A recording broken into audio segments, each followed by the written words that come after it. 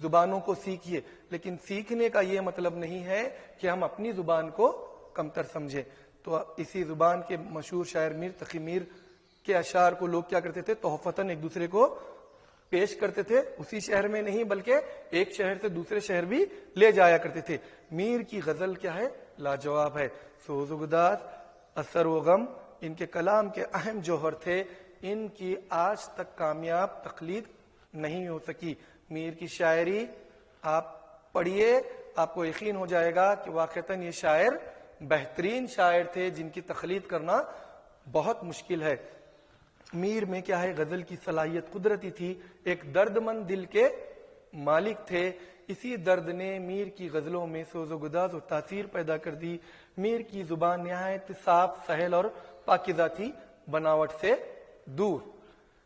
میر کے کلام کا ذخیرہ نہایت وافر ہے، ایک دیوان فارسی کا ہے اور 6 دیوان اردو کے ہیں۔ ایک مختصر رسالہ فیض میر اور ایک شعراء اردو کا تذکرہ نکات الشعراء بھی آپ نے لکھا ہے۔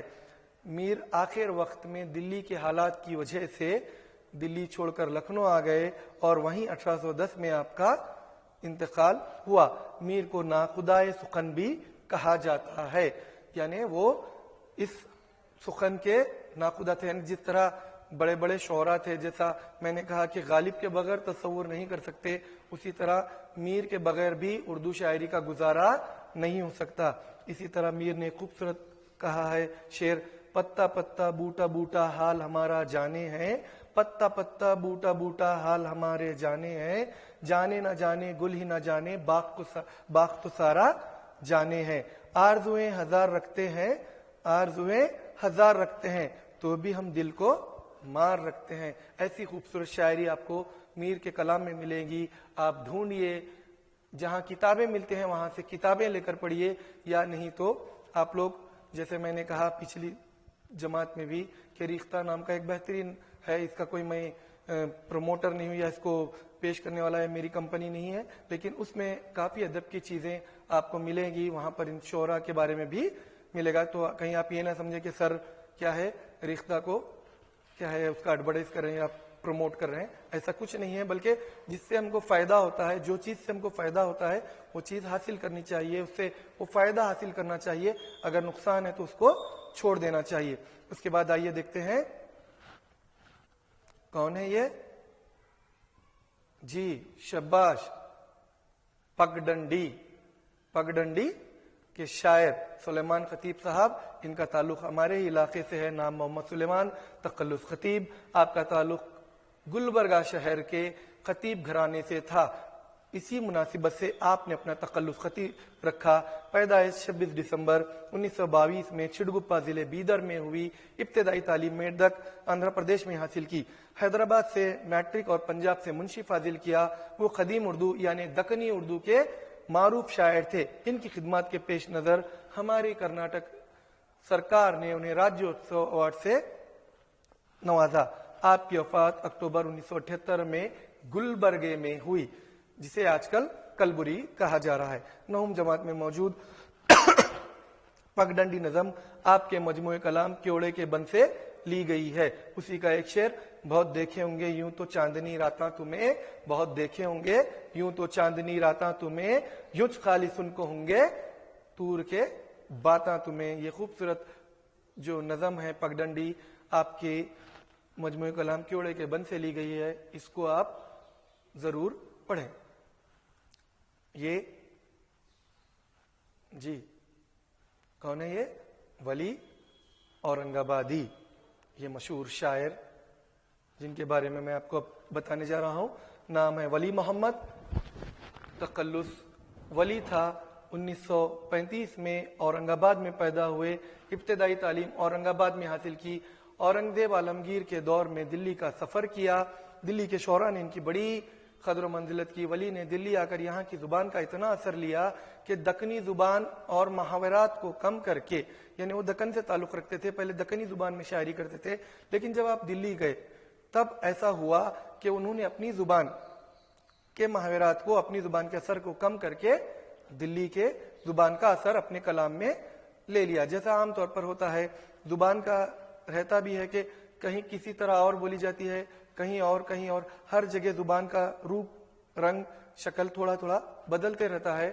تو اسی طرح دلی کا جب آپ نے سفر کیا ولی اورنگ آبادی نے، تو دکن کے اثر سے کم ہوتے ہوئے وہاں پر شمالی اردو کا ان پر اثر ہوا، اور وہیں کے محاورات کو، وہیں کی زبان کو آپ نے اپنے کلام میں جگہ دی. دلی آنے کے بعد ولی کا چرچا تمام دلی کے شعراء میں ہونے لگا. یعنی ولی کے آنے سے پہلے ہی یا اس کے بعد تمام شعراء میں آپ کا کیا ہے چرچا ہونے لگا کہ دکن سے ایک شاعر آنے والے ہیں جو بہت بڑے شاعر ہیں، اور ان کی آمد نے واقعتاً اس دور میں ایک تازگی پیدا کی. ولی کو اردو شاعری کا باوائے آدم کہا جاتا ہے. یعنی ایک اصطلاحاً کہا جاتا ہے کہ اردو شاعری جو شروع ہوئی، یا جس طرح ہم لوگ آدم علیہ السلام کی نسل سے ہیں، یعنی ہمارے جو باوا ہیں یا ابا ہیں آدم علیہ السلام ہیں، اسی طرح شاعری کے لیے یہ اصطلاح استعمال کی جاتی ہے کہ ولی کو اردو شاعری کا باوادم کہا جاتا ہے. ان کی غزلوں میں حسن و عشق اور تصوف معرفت کی باتیں پائی جاتی ہیں. 1707 میں آپ کا انتقال ہوا. یہ آپ کے پاس 9ویں جماعت میں یہ غزل ہے، جسے عشق کا تیر کاری لگے، جسے عشق کا تیر کاری لگے، اسے زندگی کیوں نہ بھاری لگے. اسی طرح اور ایک شعر ہے، دیکھنا ہر صبح تجھے رخسار کا، دیکھنا ہر صبح تجھ رخسار کا، ہے مطالعہ مطلع انوار کا. یہ خوبصورت غزلیں ولی اورنگ آبادی نے لکھی. آئیے اس کے بعد دیکھتے ہیں خواجہ میر درد کو. یہ شاعر کے بارے میں آئیے دیکھتے ہیں ہم. خواجہ میر درد بھی دلی کے ایک معزز صوفی خاندان میں 1720 میں پیدا ہوئے. آپ کا نام خواجہ میر اور درد تقلص تھا. صوفی خاندان سے تعلق رکھنے کی وجہ سے مزاج میں فقیرانہ شان تھی، یعنی بزرگوں کے خاندان سے تعلق رکھتے تھے آپ، اس لیے آپ کے دنیا سے زیادہ لگاؤ نہیں تھا. مذہبی علوم کے ماہر تھے، اپنے مذہب کے بارے میں جانتے تھے. دلی کے ہنگاموں کی وجہ سے اکثر لوگوں نے کیا کیا، متاثر ہو کر دلی کو چھوڑ کر دوسری جگہ گئے، یعنی ترک وطن کیا. لیکن خواجہ میر درد نے دلی میں رہنے کو پسند کیا، وہیں پر قیام کرنے کو پسند کیا. دلی میں اکثر کیونکہ وہ صدر مقام تھا، اس لیے وہاں پر بادشاہوں کے جو بھی جھگڑے وغیرہ ہوتے تھے مغلیہ سلطنت میں، اس کے بعد انگریزوں کی آمد میں، اس جھگڑوں کی وجہ سے کئی شعراء نے دلی کو چھوڑا تھا، ترک وطن کیا تھا. لیکن خواجہ میر درد نے دلی کو چھوڑنا پسند نہیں کیا.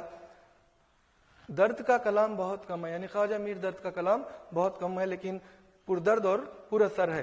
وہ ایک خوددار طبیعت کے مالک تھے، جس کا عکس ان کے کلام میں بھی دیکھا جا سکتا ہے.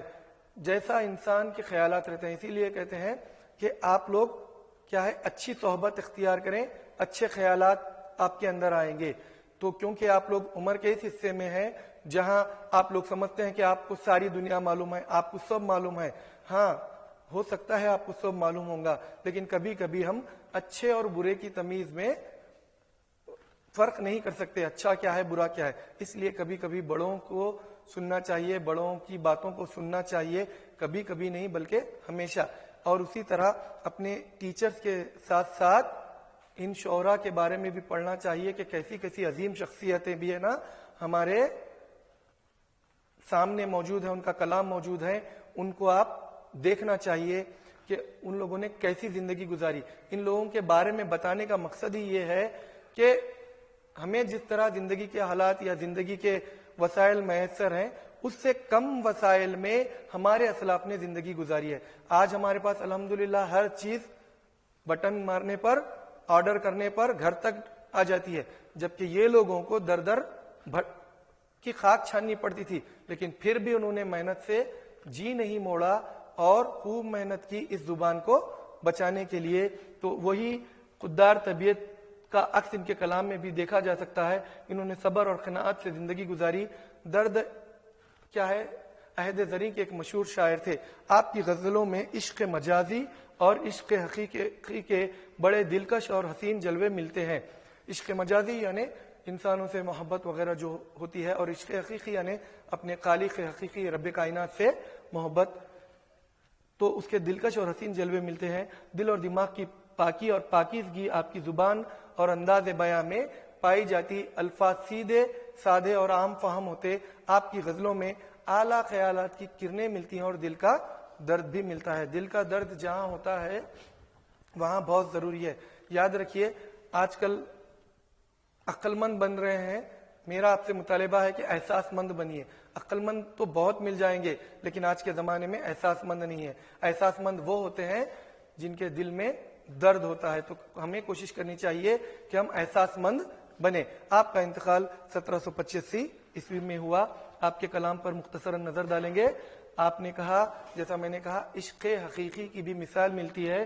تو وہ شعر میں آپ دیکھ سکتا ہے, جگ میں آ کر ادھر ادھر دیکھا, جگ میں آ کر ادھر ادھر دیکھا, تو ہی نظر آیا جدھر دیکھا. اسی طرح اور ایک شعر میں کہے ہیں, اگر یوں ہی دل ستاتا رہے گا, اگر یوں ہی دل ستاتا رہے گا تو ایک دن میرا جی ہی جاتا رہے گا. اور اسی طرح یہ آخری شعر آپ کی کتاب میں موجود ہے 9ویں کی, شمع کے مانند ہم اس بزم میں, شمع کے مانند ہم اس بزم میں, چشم تر آئے تھے دامن تر چلے. آئیے دیکھتے ہیں اس کے بعد شاعر کو گوہر تریکیری. یہ ہے گوہر تریکیری جن کا نام ہے عبد الرحمن اور تخلص گوہر. 15 مئی 1938 کو تریکیرا ضلع چکمنگلور کرناٹک میں پیدا ہوئے. ابتدائی سے شعر و شاعری کا ذوق رہا. سیمیا اکبر آبادی کے شاعر خاص حضرت عبدالواسی عصری چکمنگلورو سے شرف تلمذ حاصل کیا, یعنی ان سے شاعری سیکھی اور شاعری کی دوسری جو مقبول اصناف ہیں یا جو بھی شاعری کرتے تھے اس میں تبادمائی کی. آپ کا کلام ریاست کرناٹک کے اور اس کے علاوہ دوسرے ریاستوں کے بڑے اخبارات اور رسائل میں وقتاً فوقتاً شائع ہوتا رہتا ہے. آپ کی ادبی خدمات کے سلے میں آپ کو اردو اکیڈمی بنگلور اور ریاست کی کئی ادبی انجمنوں سے اعزازات بھی حاصل ہوئے. گورنمنٹ ٹریننگ کالج میسورو میں بحیثیت اردو لیکچرر خدمات انجام دے چکے ہیں. آپ کے کلام کے 2 مجموعے متاع گوہر 1989 اور گوہر مصغا 1996 میں منظر عام پر آ چکے ہیں. شہر میسور کی خداور شاعرہ حسنہ سرور پر ایک کتاب بھی آپ نے لکھی ہے. حسنہ سرور فن اور شخصیت بھی شائع ہو چکی ہے اور تقریباً 150 نظموں پر مشتمل مجموعہ کلام سلک گوہر ابھی زیر ترتیب ہے. اس کے بعد دیکھیے راہی قریشی جن کے رباعیات آپ کی کتاب میں موجود ہیں. ریاست کرناٹک کی علم و ادبی سرزمین سے تعلق رکھنے والے مشہور شاعر راہی قریشی اپنی نوعیت کے منفرد شاعر ہیں. ان کا اصلی نام برکت الحق قریشی ہے مگر علمی و ادبی حلقوں میں راہی قریشی کے نام سے جانے جاتے ہیں. مہاراشٹر اورنگ آباد میں 20 اگست 1934 کو پیدا ہوئے. عثمانیہ یونیورسٹی حیدرآباد سے ماسٹر ڈگری حاصل کی اور کرناٹکا یونیورسٹی دھارواڑ سے پی ایچ ڈی کی ڈگری لی. گلبرگہ کی کلبرگی یونیورسٹی میں بحیثیت شعبہ اردو اور فارسی کے صدر کی حیثیت سے آپ نے خدمات انجام دی اور اپنے علمی کارناموں سے ریاست بھر میں آپ مشہور ہوئے. آپ کے شعری مجموعوں کے نام ہیں صحرا کا سفر, ضمیر شب, دیدہ بے خواب, عکس کی ہجرت. رباعیات سے آپ کو خاصا شغف رہا جس کے نتیجے میں آپ نے رباعیات کا مجموعہ 400 کے نام سے, 400 نہیں بلکہ 400 یعنی چاروں طرف کے نام سے شائع کرایا. اسی مجموعے سے آپ کی کتاب میں جو رباعیات ہیں وہ لی گئی ہیں. آپ سے میری گزارش ہے کہ ان رباعیات کو میں نے جان بوجھ کر یہاں پر نہیں لیا ہے گوہر تریکیری اور آپ کے رباعیات اور شعر, تاکہ آپ لوگ بھی تھوڑی سی محنت کریں. آپ کیا کیجئے, ان دونوں کی رباعیات اور گوہر تریکیری کی جو غزل ہے وہ کون سی غزل ہے مجھے بھی نہیں معلوم. آپ کیا کریے, آپ ہمیں کمنٹ میں ضرور بتائیے. 2 مئی 2010 کو حیدرآباد دکن میں آپ کا وصال ہوا یعنی آپ کا انتقال ہوا. آئیے اب اس عظیم شخصیت کی طرف چلتے ہیں. انسان کو اچھا بننے کے لیے کیا کرنا پڑتا ہے پیارے بچوں؟ آج کل کی دنیا میں کیا کرنا پڑتا ہے؟ اچھے کام, ماں باپ کی خدمت. نہیں, یہ تو کیا ہے, بولنے کی باتیں ہیں. آج کل کی دنیا میں انسان کو اچھا بننے کے لیے مرنا پڑتا ہے. مرنے تک ہم لوگ کسی کو اچھا سمجھتے ہی نہیں. مرنے کے بعد بولتے ہیں کہ بھائی بڑا اچھا آدمی تھا. مرنے تک تو ہم یہی سوچتے ہیں کہ اس کے نقص کس طرح نکالیں. ہم کسی بھی چیز کو کیا کرتے ہیں, نقص نکالنے کے لیے ہی سنتے ہیں یا تنقید کرنے کے لیے سنتے ہیں. تنقید ہماری صرف ٹانگ کھینچنے کے لیے ہوتی ہے، اس لیے ہم لوگ کہیں نہ کہیں پیچھے ہو جا رہے ہیں. ہماری تنقید برائے اصلاح ہونا، تنقید برائے تنقید نہیں، تنقید برائے اصلاح ہونا. اس طرح تنقید کرنا کہ ہم ایک دوسرے کا ہاتھ پکڑ کر اپنی قوم کو آگے لے جائیں، ایک دوسرے کا ہاتھ پکڑ کر اپنی زبان کو آگے لے جائیں. اور اس کے لیے ایک درد مند دل چاہیے، اور اس درد مند دل کی شخصیت کا نام ہے علامہ اقبال. اقبال نے کہا ہے، وہی شعر میں آپ لوگوں کے لیے پیش کرتا ہوں، میرے بچوں کے لیے، آپ کے پڑھنے کے لیے. میرے بچے مطلب آپ سب پیارے بچے جو یہ ویڈیو دیکھ رہے ہیں ان سب کے لیے.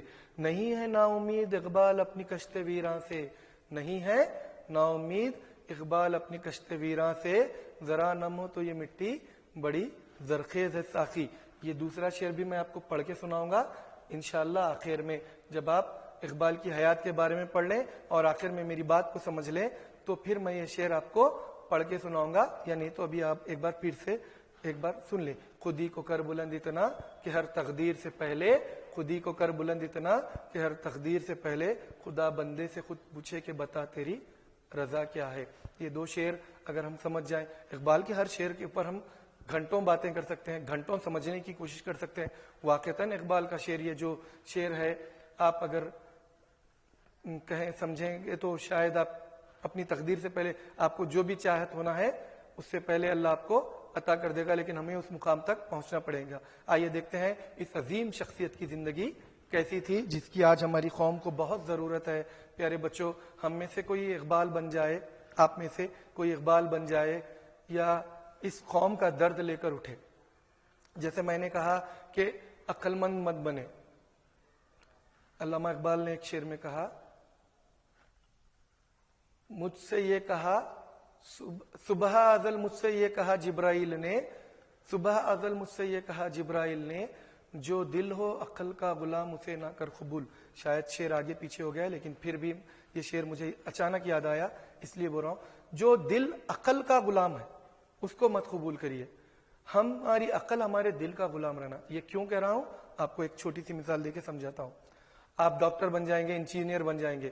آپ کہیں گے کہ ڈاکٹر بننے کے لیے، انجینئر بننے کے لیے، ٹیچر بننے کے لیے، تحصیلدار بننے کے لیے میں نے بہت پیسہ خرچہ کیا ہے، اس لیے اب میں عقل سے لگا کر وہ پیسے کو واپس لوں گا. تو پھر آپ نے صرف اور صرف اپنا پیسہ خراب کیا ہے، اپنا وقت خراب کیا ہے. آپ اصل درد مند بنیے. آپ قوم کی مدد کیسے کر سکتے ہیں؟ کمائیے پیسہ، لیکن ایسے نہیں کہ لوٹ مار مچا رکھی ہے، ایسے نہیں، بلکہ ایسے کہ جتنا آپ کو ضرورت ہے کمائیے، جو ضرورت نہیں ہے وہ بانٹیے. اقبال کے شعروں میں یہی اشعار میں یہی پیام رہتا کہ خودی یعنی خود کو اتنا بلند کر لو کہ سارے چیزوں سے ہم دور ہو جائیں. آئیے دیکھتے ہیں اس عظیم شخصیت کے بارے میں. علامہ اقبال 1877 میں بمقام سیالکوٹ پیدا ہوئے. آپ کا تعلق کشمیری پنڈتوں کے ایک قدیم خاندان سے تھا، لیکن ایک مسلمان ولی کی جو تبلیغ تھی اس کی وجہ سے یہ آپ کا خاندان مشرف با اسلام ہو گیا، یعنی اسلام کو قبول کیا. اقبال کے والد نور محمد صاحب ایک نہایت ہی دیندار، درویش صفت اور صوفی طبیعت کے بزرگ تھے، اور ان کی والدہ بھی ایک خدا ترس، عبادت گزار، زاہدہ تھی. میں جانتا ہوں یہ واقعہ میں نے کہیں پڑھا ہے، لیکن میں یہ واقعہ بتاتے ہوئے اپنی بات ابھی آگے لے جاؤں گا. ایک بار اقبال کی والدہ نے بکری پال لی اور اسی بکری کے دودھ سے اقبال کو کیا ہے ان کا پیٹ بھرتی تھی. تب ان کے والد صاحب نے پوچھا کہ آپ نے بکری کے دودھ سے کیوں اقبال کو کھلاتے ہیں جبکہ میں تو کماتا ہوں. تو شاید ان کے والد صاحب کسی بینک میں کام کرتے تھے، تو وہ کہے کہ حرام کے پیسوں سے میں کیا ہے اپنے بچے کی پرورش نہیں کرنا چاہتی تھی. ایسے اس طرح سے اقبال کی پرورش ہوئی تھی. تو وہ اقبال کے اشعار میں آپ کو دیکھ سکتے ہیں، یعنی ہم جو کھاتے ہیں اسی کا اثر ہماری زبانوں پر بھی نظر آتا ہے. ہم جو جس طرح آپ جوار پیریں گے تو جوار ہی نکلے گی، جو تو نہیں نکلے گی. اسی طرح اچھا کھائیں گے، حلال کھائیں گے تو اچھی طریقے سے نکلے گی باتیں، اور اگر آپ غلط طریقے سے کما کر کھائیں گے تو وہ باتیں بھی غلط ہی نکلیں گی. اقبال کی دینداری ذہنیت دراصل ان کے والدین کے زہد و تقا کی مرہون منت ہے. اقبال بچپن ہی سے نہایت ذہین اور ذکی و فہیم تھے. چنانچہ تعلیمی مراحل کے خاتمے کے بعد جدید تعلیم بھی آپ نے حاصل کی، عربی فارسی ماہر ہو گئے اس کے، عربی فارسی اردو سنسکرت اور انگریزی زبان و ادب میں عالمانہ تبحر حاصل کیا، یعنی اس کے اوپر پورا مکمل پورا علم حاصل کیا۔ میں نے کہا تھا نا، اچھا کہلانے کے لیے کیا کرنا پڑتا ہے؟ مرنا پڑتا ہے۔ اس کے ہم سب شکار ہیں، اور شعراء تو خاص طور سے، اکثر شعراء کو ان کے مرنے کے بعد مقبولیت حاصل ہوئی، لیکن یہ شاعر علامہ اقبال اس سے بری ہے۔ علامہ اقبال جب زندہ تھے تبھی اپنے شعروں کے ذریعے پورے لوگوں میں مشہور ہو گئے تھے۔ جیسا کہ آپ دیکھتے ہیں، فلسفہ عالم کا گہرا مطالعہ کیا، دنیا کے تمام مذاہب و ادیان پر نظر ڈالی، اور اس طرح مجموعہ ان کا کیا ہے، ان کی شاعری کیا ہے، فضل و کمال بن کر آپ ادب کی دنیا میں آ گئے۔ پورا مکمل تعلیم حاصل کرنے کے بعد آپ اس ادب کی دنیا میں آ گئے، اور پھر شعر و شاعری کی دنیا میں کیا ہے، آپ نے وہ دریا بہایا جس کی نظر صرف اردو ادب میں نہیں بلکہ پورے عالم میں ادب کے ملنا مشکل ہے۔ علامہ اقبال کی مثال ہی ملنا مشکل ہے، کسی بھی زبان کے شاعر میں وہ خصوصیت نہیں ہے جو علامہ اقبال کے کلام میں۔ اردو کے غزل کے دامن کو وسیع کیا، نظموں کو ایک نیا رنگ دیا، اور اس کے بعد فلسفے میں ایم اے کرنے کے بعد کچھ عرصے تک اورینٹل کالج لاہور اور گورنمنٹ کالج میں فلسفے کے پروفیسر رہے، شاعری بھی کرتے رہے۔ 1905 میں اعلیٰ تعلیم حاصل کرنے کی غرض سے انگلستان گئے، وہاں سے بیرسٹری یعنی وکالت کا امتحان پاس کیا، اور کیمبرج جرمنی کی میونک یونیورسٹی سے 2 مختلف مضامین لکھ کر پی ایچ ڈی کی ڈگری حاصل کی۔ انگلستان میں یعنی انگلینڈ میں اسلام پر 6 لیکچر دیے، لندن یونیورسٹی میں 6 مہینے تک عربی کے پروفیسر بھی رہے، اور اس طرح بہت ساری ڈگریاں، علمی اعزازات اور شہرت حاصل کر کے جولائی 1908 میں وہ لاہور، جو آج کل کا پاکستان ہے، وہاں پر واپس آئے۔ شعر و شاعری تو بچپن ہی سے سیکھ رہے تھے، ابتدا میں کچھ دنوں تک خط و کتابت کے ذریعے داغ دہلوی صاحب سے کلام کی اصلاح کراتے رہے، لیکن خود شاگردی کا سلسلہ استاد داغ دہلوی صاحب نے یہ کہہ کر منقطع کر دیا، ختم کر دیا کہ کلام میں اصلاح کی گنجائش بہت کم ہے۔ اپنی تمام خوبیوں اور خصوصیات کے ساتھ رفتہ رفتہ اقبال کا کلام کیا ہے، اس قدر مشہور ہوا کہ یہ کسی اور شاعر کو یہ فخر ہی حاصل نہیں ہے کہ جس طرح اقبال کا کلام کو جو خصوصیت حاصل ہے، جو عزت حاصل ہے، شاید ہی کسی اور شاعر کو یہ عزت ملی۔ ان کا کلام نہ صرف ہندوستان میں بلکہ ایران، افغانستان، وہ نیز بلاد اسلامیہ یعنی تمام اسلامی ممالک کے علاوہ انگلستان اور امریکہ میں بھی قدر کی نگاہوں سے دیکھا جاتا ہے۔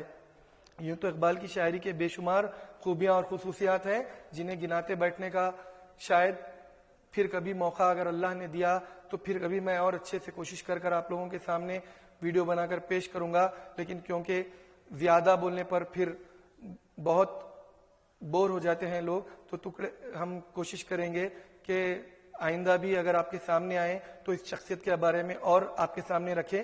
لیکن اقبال کی جو خصوصیات ہیں وہ ہیں اقبال کے لہو کی گرمی، اس کی جدت اور حرارت ان کے ہر شعر سے محسوس ہوتی ہے، اسی لیے ان کی ہر بات براہ راست دل پر اثر کرتی ہے۔ کیا دل سے جو بات نکلتی ہے اثر کرتی ہے، پر نہیں مگر وہ طاقت پرواز رکھتی ہے۔ یہی شعر پر میں نے اپنی کلاس شروع کی تھی، یہی شعر پر میں اپنی کلاس ختم کرتا ہوں، اور اللہ سے امید کرتا ہوں کہ ہم میں اقبال جیسا آدمی پیدا کرے، اور ایک بار پھر ان کے شاعر کو سمجھنے کی کوشش کریں۔ 21 اپریل 1938 کی صبح کو اردو کا یہ عظیم ترین شاعر، ملت کا ایک درخشاں و تاباں ستارہ ہمیشہ کے لیے ڈوب گیا۔ آپ کے مجموعے کلام ہیں بانگ درا، بال جبرائیل، ضرب کلیم، ارمغان حجاز، اسرار خودی، رموز بے خودی، زبور عجم، جاوید نامہ وغیرہ ان کے اردو اور فارسی کلام کے مشہور مجموعے ہیں۔ پیارے بچوں، میں اس بات پر آپ سے وداع لیتا ہوں اور امید کرتا ہوں کہ آپ علامہ اقبال کی شاعری کو غور سے پڑھیں گے اور اس کو سمجھنے کی کوشش کریں گے، اور اپنی خودی کو اس طرح بلند کر دیں گے کہ ہر تقدیر سے پہلے خدا آپ سے خود پوچھے کہ آپ کی رضا کیا ہے۔ خودی کو کر بلند اتنا کہ ہر تقدیر سے پہلے ہر تقدیر سے پہلے خدا بندے سے خود پوچھے کہ بتا تیری رضا کیا ہے۔ السلام علیکم ورحمۃ اللہ وبرکاتہ۔ میں طاہر قادری آپ سب سے وداع لیتا ہوں۔ ಅನುದಿನ ಅನುಕ್ಷಣ ಮನೆಯಲ್ಲೂ ಕಲಿಯೋಣ ಕಲಿಕೆಯ ಹೊಸ